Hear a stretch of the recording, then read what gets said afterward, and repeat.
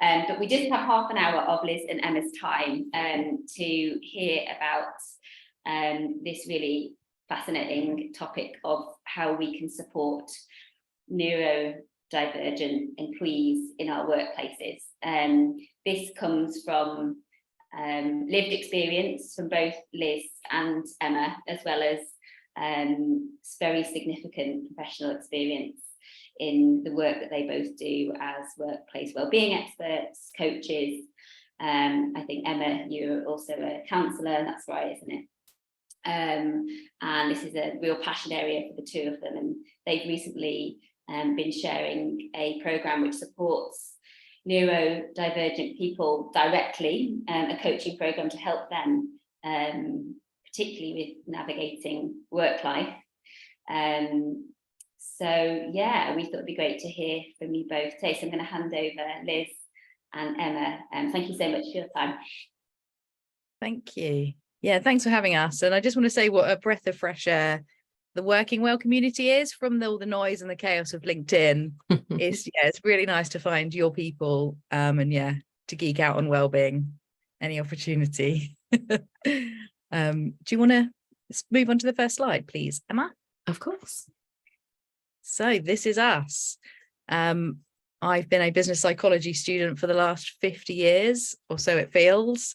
But yeah, finally finishing my master's after 3 years in September. And so I'll be working as business psychologist, and my specialisms are workplace wellbeing and neurodiversity. I'm also trained to be a coach as well. So I'm looking at neurodiversity coaching and wellbeing coaching within the workplace. And my wonderful colleague. That pause was like, and over to you. Yes, gosh. So I've worked many years within learning and development, and have spent a lot of time coaching people.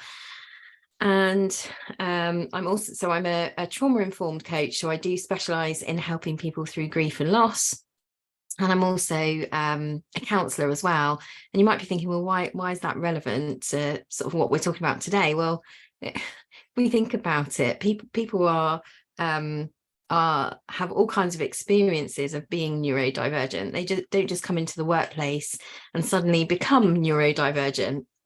So this can form challenges. This can impact our experiences at work. So and yes, I myself am neurodivergent, and have had to recently, well, over the last 6-7 years, really fight for support for my son with his neurodivergence. So yeah, you can probably tell I'm very passionate about this subject, along with Liz. Yeah, and I'm a proud ADHDer, diagnosed as an adult and researching ADHD and its impact on employees in the workplace, on women in the workplace. If we could go on to the next slide, please. Oh, I haven't fully edited that. Apologies. So this is what we're going to be covering today. So a little bit about neurodivergent wellbeing, common experiences, what you can do to help, and then also how we help and how we work with businesses. So starting with neurodivergent wellbeing. So I've worked in wellbeing for about the last 2.5 years, and for me, well-being is very much an outcome. It's a result of how you experience work. It's how your environment impacts you, your workload, the work that you do, your manager. It's your experience within the workplace. And so when we're looking at neurodivergent well-being, and just for clarity, so neurodivergent is, it describes people whose brain differences affect how their brains work. So they may have different strengths and challenges from people whose brains don't have those differences, and it includes things like ADHD, dyslexia, autism, and other neurodevelopmental conditions. And so when looking at well-being for neurodivergent employees, it's about how they experience work. And because of the brain wiring and the differences, neurodivergent employees can experience, interpret the world in different ways. So they can have differences in communication, how they process information, how they navigate the working world. And essentially they're operating in a structure that isn't designed for them. So it's designed for the neurotypical brain and the neurotypical ways of working, which will naturally bring up some challenges. And being in wellbeing for the last couple of years, it was just really obvious to me that wellbeing provision is for the majority, and you're looking at how it can be suitable for all, or lots of wellbeing providers will look at a more generalized approach. And so I think that can be quite limiting to the neurodivergent experience, and also it just doesn't understand how their experience work and how it can impact on their well-being. There's also this notion of the good employee, which is essentially holding neurodivergent people to neurotypical standards. So when you're looking at things like focus, execution, working hours, how they show up at work, you've got this idea of this is what good looks like in the workplace. But often neurodivergent employees, they can't operate like that. They're not designed to. And so when they do, they have to mask, and that can really have a negative impact on their well-being. And so it's this sort of standard of how you need to be in the workplace that can be quite harmful and quite damaging to neurodivergent employees. Some research, which is business but not academic, found that 70% of neurodivergent employees experience mental health conditions. So you've got people that experience the world and the working life differently, and then you've got coexisting mental health, depression, things like that that can really impact them, their functioning, and their ability to perform. They also found that 50% of neurodivergent employees felt burnt out at work, compared to just 38% of neurotypical. So you've got a higher prevalence for mental health conditions, but also for burnout as well. And just from experience, it's exhausting, and the working world can be very stressful, trying to navigate, what do I say? How do I act? How do I need to be? And to have that on top of this sort of professional identity can be really tricky. And so it's something that's so passionate for me and Emma. We just really want to help educate businesses and individuals just to really understand what that experience is like and how they can best support.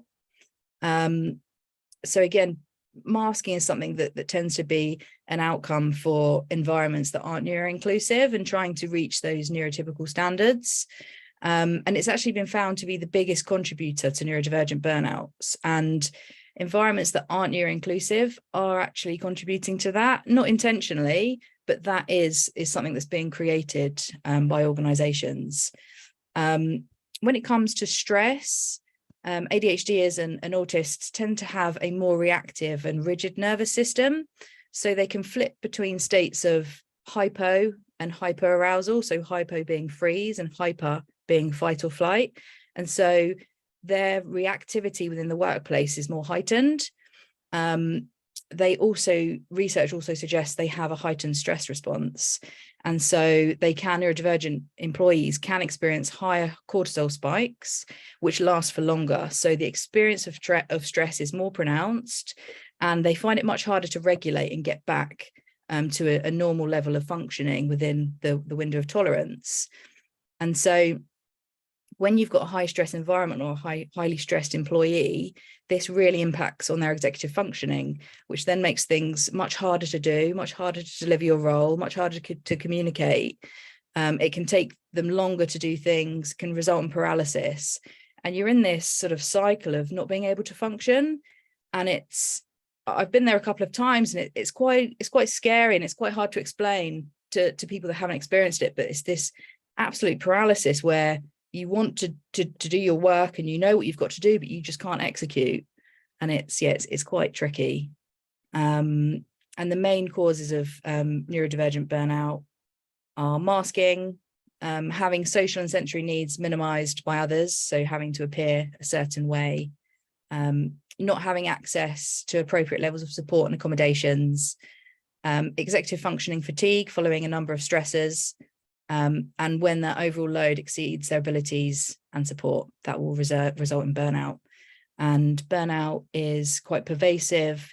It tends to last for 3 months or more, and it just shuts off all functioning. So some people can really struggle to do daily tasks, self-care, look after themselves. So it's quite impactful and quite harmful to the individuals. And once you've experienced one period of neurodivergent burnout, they say you're more susceptible to it happening again. And just from our coaching program, we had individuals that had been through these cycles. This has happened to them in every workplace they've worked in. And so we felt that the change required in organizations is probably going to be too long and too slow. And so we wanted to really target individuals, help to support them, and then educate businesses on how they can amend their environments, ways of working, etc. I don't know if there's anything else you wanted to add to that. Just from what you were saying, you know, we're very much looking at this in the workplace context, but like you were saying, the impact is the ripple effect of this.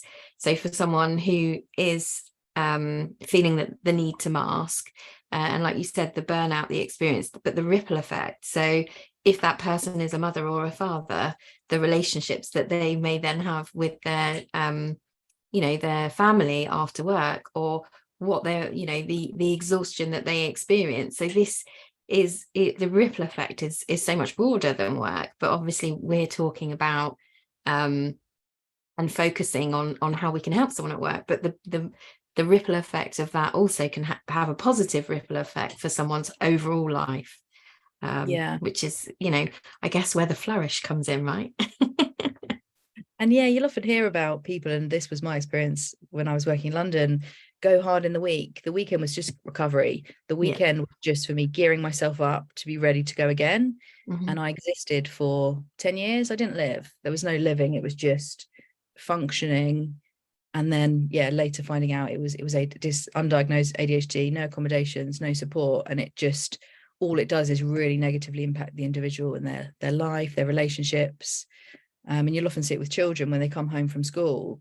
They've had to mask all day and they'll just have a meltdown home because they're safe and they're able to do that. But within the environment at school, they can't. It's a little bit similar to the workplace where you come home and you can be yourself. And I think that's where we get that, oh, they seem fine, they look fine, you know. So it's yeah, we really need to be thinking about how are we helping prevent this, which is where we come in. I'm going to move on to the next slide, please. So these are just some of the common experiences and common things that tend to come up and can impact the well-being of neurodivergent employees. So there seems to be a big push at the moment to focus on inclusive recruitment, which is great. It's really good to see. But without having the support in place, you have people starting in roles and then either failing and leaving or failing and being sacked because they're unable to perform the role without the adjustments. So organizations really need to focus on getting that support in place before they start to look at the interview process and the onboarding. So get the house in order, make sure there's the support and the structure there and the understanding, manager training, things in place to really support neurodivergent employees, and then look to going out to market to really start to push this. And I think that came through so strongly, Liz, didn't it, in our coaching groups, is the impact of managers and the lack of empathy that they were experiencing, the unhelpful things that were said to them, for example, for them to just go and get some more resilience from somewhere, you know, these kinds of statements. And we've recently, and it's still ongoing, as we're doing a survey for HR professionals, and we're asking them, you know, if you had a magic wand, what would you have? And we're clearly, time and time again, we're hearing, if only managers had more of an understanding, you know, about neurodivergence, but also the impacts of mental health. So empathy and you know, knowledge and understanding is coming through so strong. Yeah, another thing that tends to happen is there seems to be this big leeway between starting a role and adjustments taking place. And when you're hiring people, you want to set them up for success. You want them to do well from the start. I think the first 90 days are the most important within an organization. And when people are waiting beyond that time to get their adjustments to perform at their best, it does impact their performance. It impacts how they feel about themselves. In fact, it impacts how they feel, their sense of belonging to the organization. Do they care? The relationship with the manager. It has a huge impact. And organizations really need to focus on putting adjustments in place within the first week, if not before they start. So really understanding what is it that you need, And also not putting the onus on the individual to know. We're seeing lots of people getting late diagnosed. They don't know what they need. I didn't know. I still don't know what I need 3 years on. And I've had a few assessments, and it's a process of trial and error and working out what works for you.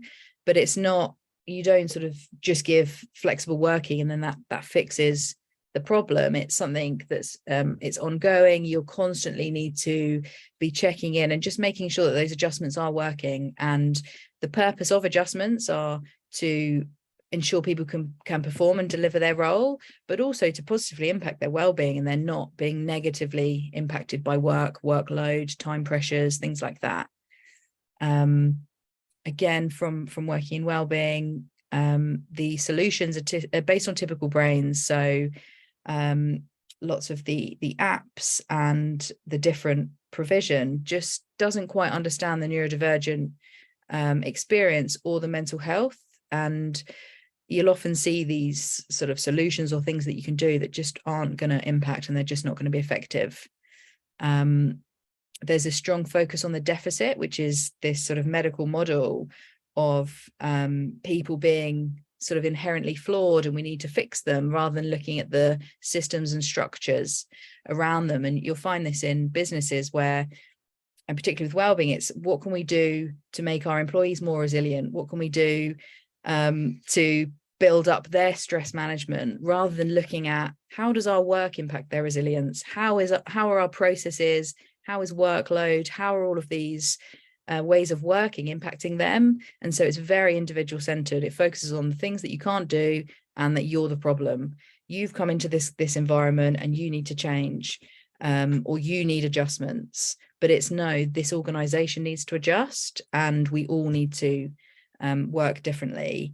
Some research, I think it was from Birkbeck, found that managers who had neurodivergent employees in their team, their whole team performance improved, and the manager's skill set massively developed, because they had to be more aware, more conscious. They had to actively manage these people in the ways that worked for them, rather than just sort of standard, this is how I manage people. So there was huge benefit to the team and to the manager's skill set. And there's also research that shows that when an employee discloses neurodivergence, there's a negative impact on manager stress and well-being levels. So it's not just how can we support these individuals, but how can we support the managers so they feel confident, they feel capable to be able to deal with the sometimes complexities of navigating sometimes quite highly emotional people. So it's what can you do to support the individual, but also the manager. And something that I found when I was looking at EAP and occupational health provision, I was looking for specialists in neurodiversity and menopause and all sorts of different areas of well-being, and no one really specialized in that. It all had to be outsourced, which was fine, but there isn't this real consideration. I think you need to have specialist occupational health, particularly when understanding what are the needs of neurodivergent individuals, particularly when it comes to stress and the workplace factors. That's something I think that's really important.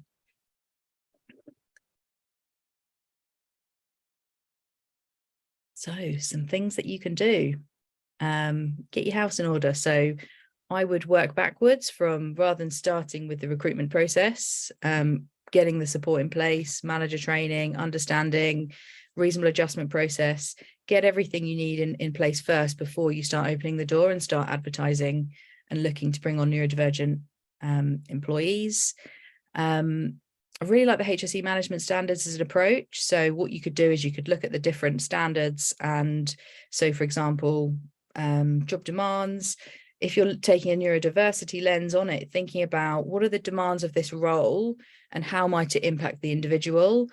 You can get a spiky profile assessment to understand what are the deficits or weaknesses and what are the strengths, and look at how much this role really depends on deficit areas. And if it's a high proportion of the role, it's not going to be right for them, and it's really going to impact their well-being. Having absolute crystal clear role clarity. What are the deliverables for this role? What does success look like? How is performance being managed? Set that out from the off. Trying to think of other standards. Looking at change, how change is received within the neurodivergent community will vary. Some people will love change, others they'll just hate it. And so it's looking at how will this change impact those employees and all employees, and how do we need to communicate that, thinking about how you communicate. But you can take existing frameworks and just think about what is the impact or the potential impact on neurodivergent employees. If you don't know, ask, get a group together in your workplace and just try and find out what are the factors that impact them at work.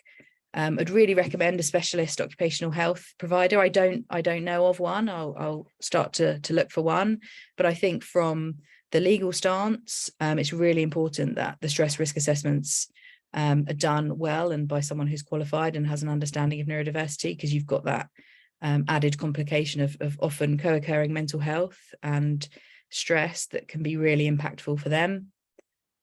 Putting in workplace, so start offering workplace needs assessments and not assuming that people will know what they need. This is done by often business psychologists or experts that really understand how people can be impacted at work and what support and what adjustments would be best for them, and try and do the adjustments as soon as possible, and have those conversations early on. I think when recruiting, be mindful of the limitations of the education system and how it can be very excluding to neurodivergent people. And so education might not be a path that has been an option for them. So looking at a skills-based approach rather than requiring qualifications, and also a strong focus on strengths. With neurodiversity coaching and workplace strategy coaching, there's always a strong emphasis on what are your super strengths. It contributes to your well-being, but it tends to be things that you're really good at. So that strong focus on strengths is really important. I'm not sure what that no specialist services is. I think that might have been from the previous page that made it over. But yeah, do you want to just talk through our program and how we... Yeah, sure, absolutely. So we've spent a lot of time thinking about what's going to be most helpful, what's going to have the greatest impact, and also how can we simplify this to help individual people who consider themselves to be neurodivergent. And I think that was really important when we were thinking about the program, because one of the challenges that we know is how hard it can be to gain a diagnosis, and also some people may not necessarily want a formal diagnosis as well. So we felt it was really important to start with that our program was inclusive, and we found that really helpful. So we covered a range of topics. So the first one being well-being, so exploring needs and how to meet them. And what we found through this session was how the group pulled together and really helped each other, but also were able to connect on their needs. So meeting other people with similar needs, so that experiencing that empathy that perhaps they weren't finding in the workplace. We explored boundaries and also how to advocate for ourselves. So how to find that voice to be able to say what does feel uncomfortable, what is creating more of the masking. And our next session was all around strengths. So working with strengths, how to use them every day. And this session was really quite emotional, actually, because being someone who's neurodivergent, most people will go straight to those deficits. And for example, one of the elements of my neurodivergence is being dyslexic. So often people will, so you can't spell then, or you have difficulty reading or something like that, rather than the big picture thinking, but all of the kind of strengths that come with that. So it was a really great session to be able to really acknowledge and recognize other people's strengths and also our own. And then our final session really did a deep dive into prevention. So as Liz described, the impact of stress and burnout, not only on that individual's performance at work, but their relationships, their family lives. So we really take a deep dive into what does prevention look like. And throughout all of these modules, we give options for strategies to try, to practice, to have a go with, to come back and give feedback. So the peer support along the way of having that kind of that non-judgmental, empathetic support from other people who are experiencing something similar to you, not the same, but something similar. We just, yeah, we absolutely saw our groups flourish, if I can say it. It's hugely validating, I think, as well. And there's lots of breakthroughs about, absolutely, this is why I do what I do, and there's reasoning for it, because often it's sort of, I don't know why I am the way I am. And so, yeah, self-awareness was massively improved, which was, was amazing to see. So what does the program include? Well, as I've kind of alluded to, it is 4 group sessions. We have space in between so people can reflect, that time for processing, the time for application. We work with a maximum of 10 people. That's to ensure the safety of the group, to make sure that people we are getting that opportunity to work with them. We have great array of handouts and tools, practical things that people can try, and we also include a one-to-one session, and really that's about, okay, so next steps, how are you going to take this forward, what does this look like for you, and that's bookable during the 8 weeks or within 1 month of the program. So again, very much person-centered around what's the needs for that individual. And we encourage the peer-to-peer support between sessions as well. And in fact, we're still hearing from our group as well as to how they're getting on, which is fantastic for us.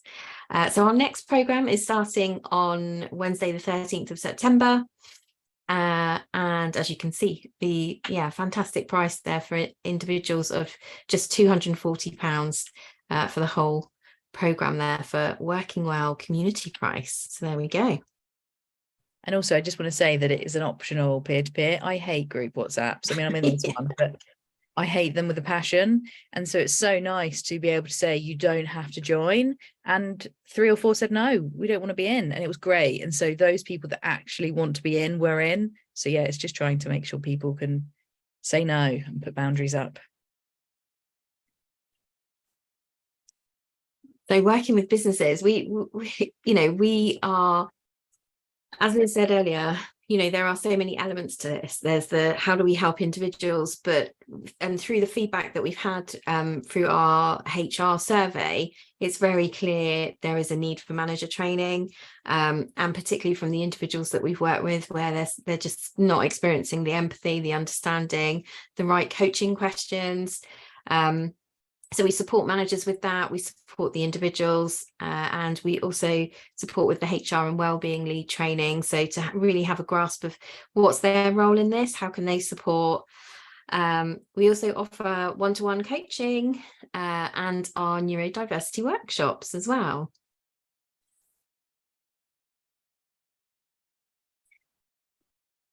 Yes, the proud moment. So our feedback, and obviously I'm not going to read all of these as much as I would love to, but you can really see through the feedback the experiences that our coachees have had through joining the group, and also their one-to-one sessions. So, we're seeing an increase in confidence. And actually, I guess to summarize this, we're seeing people finding their voices, not feeling as though they have to mask all the time, and recognizing their own signs and symptoms, if they're, and how to manage their stress, boundaries, things like that. I think there's one more slide. Hurrah! So yeah, I think for us, the most important thing is that the employees, this is about the employees, they have a great experience. And so we know that there's cost considerations and things like that, but the main focus for us is a great employee experience, and neurodivergent employees are supported. That is the goal of all of this work that we do. So yeah, we're going to be running some free sessions, and it will probably extend to other options as well. It's really about getting the people that need the help, not jumping on any bandwagons or trends. You'll often see this within wellbeing, these different trends. This is about the neurodivergent experience and how harmful workplaces are for them. And we really want to impact and make a difference. So yeah, we're offering some free workshops. I think that's it. So I guess over to any questions.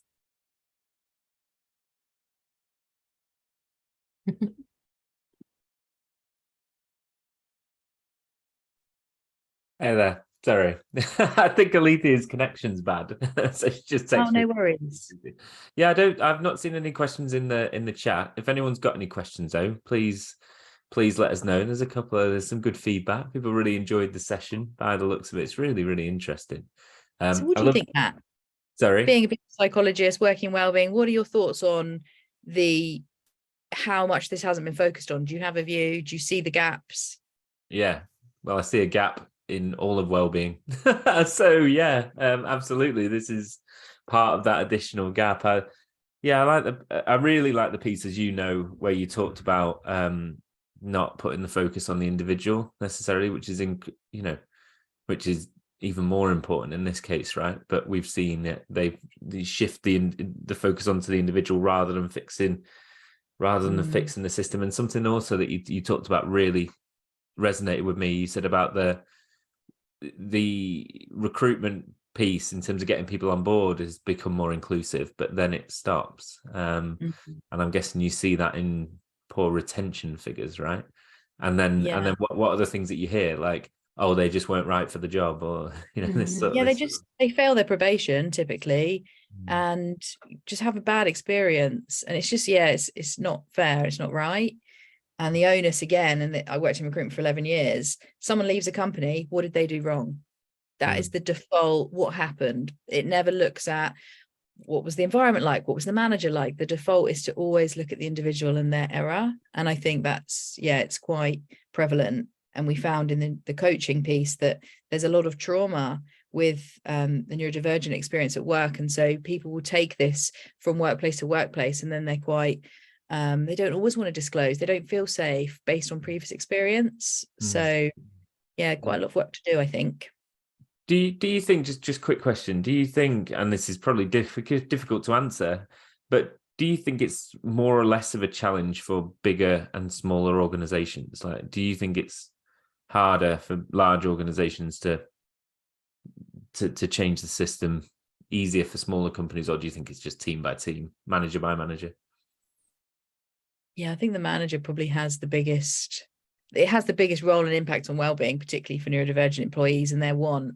But yeah, I think there has to be competencies for hiring people into leadership roles. I think managers should go for therapy. I have some quite strong views. But yeah, they need to be good, healthy humans that want to impart good onto others in the workplace for good work to happen. But I think I often think that sort of startups and smaller organizations from D&I and wellbeing, it's so easy to embed from the start. Let's look at these processes from the beginning. But yeah, I imagine it'd be easier for smaller companies. You see big neurodiversity programs in the larger organizations, probably from a cost perspective. And yeah, their business reputation, they need to be seen to be doing things. But I think there's some small organizations doing phenomenal work that should be celebrated. I don't know if you have any thoughts, Emma.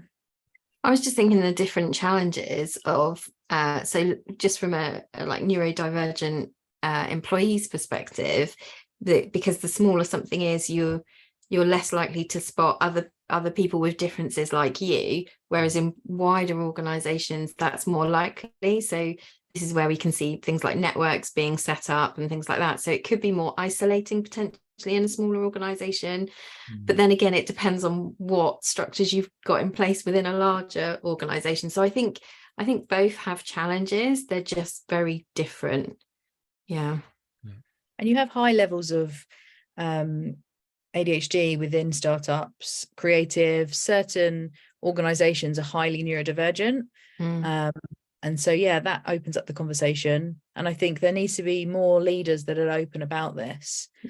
I know a CEO I worked with didn't disclose to me, but wasn't general knowledge to the organization. I thought that was, it would have been so good, so powerful if he had shared that information. The stories are hugely powerful, aren't they? Like, you know how much I love data, Liz, and I know you're the same, but yeah, the stories are a huge piece behind this as well, especially it's from senior leaders. Yeah. Okay. Yeah, thank you so much for having us. Not a problem. Thank you so much for your time today. Yeah, thanks for everyone who joined or who's watching on the recording as well. Like I say, we were going to post this on LinkedIn so that everyone gets to see it. Apologies about the LinkedIn Live not working. Maybe next time if the tech plays more. This will also be posted within the Working Well community. And if you're not a member of the community already, join. The link will be in the description below. So we'd love to see you there. Other than that, thank you both so much today. And yeah, I'm sure if anyone's got any questions, you had your details, didn't you, on the slides, but we can post that with the video as well. So if anyone's got any questions or follow up they want to do with Emma or Liz, or ask about the course, the coaching course, they can get in touch with you. Yeah. Amazing. Thank you very much. Ace, right. Have a lovely rest of the day, You everyone. too. Thank you. Bye-bye. Yeah.